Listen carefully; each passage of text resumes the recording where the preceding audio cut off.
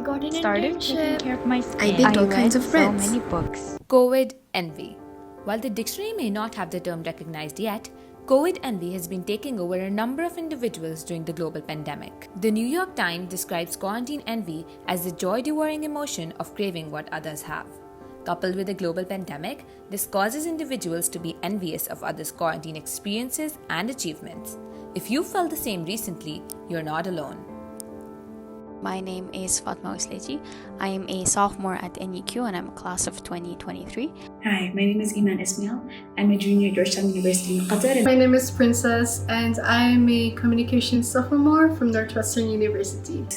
It's a term that I feel a lot of us would resonate with, and I do definitely relate to it myself. And it's the fear that, essentially it's the fear that you're not doing enough. It's been a little hard keeping up with my motivation. There's been days where I've been procrastinating a lot. Now really proud of just staying still and not doing anything productive. It's this not so good feeling that you have towards yourself when you see other people making the most of what they have to be productive during quarantine. This vicious cycle of not doing enough while watching others juggle through remote internships and online courses has a lot of people overwhelmed. Ms. Sarah Bershah, a psychologist at Weill Cornell Qatar, gives her views on COVID envy. When people paint the pandemic as time off, what did you do?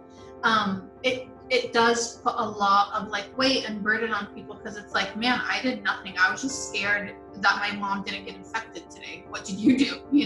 And I think that's enough. We don't have to have this whole I did this and now, like I said in my email, right? I baked 7 new breads today and look at me, and it's I thought it was great that I got up today, so.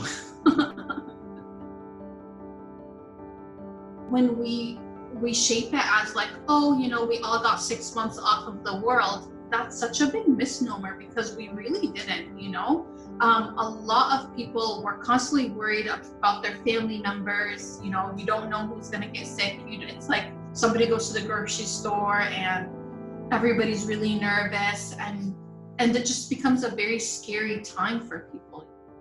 Being productive is as simple as looking out for yourself, looking out for your mental, physical, emotional, and spiritual health.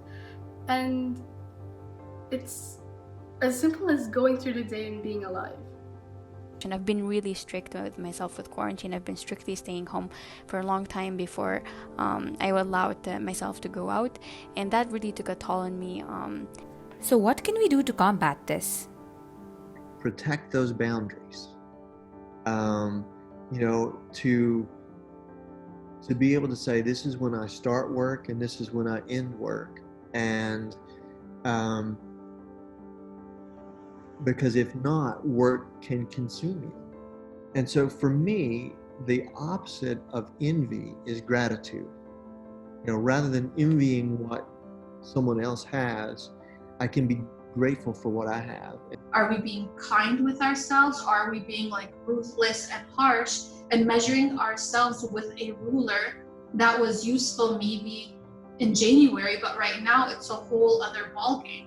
It's okay to feel stagnant at times. It's 100% normal to feel that way. And remember that progress isn't linear. There will be times where you would feel like you're stuck at some point, and it's okay to feel frustrated. Your emotions are very real and very valid, and it's better to acknowledge them and start from there to get back up again.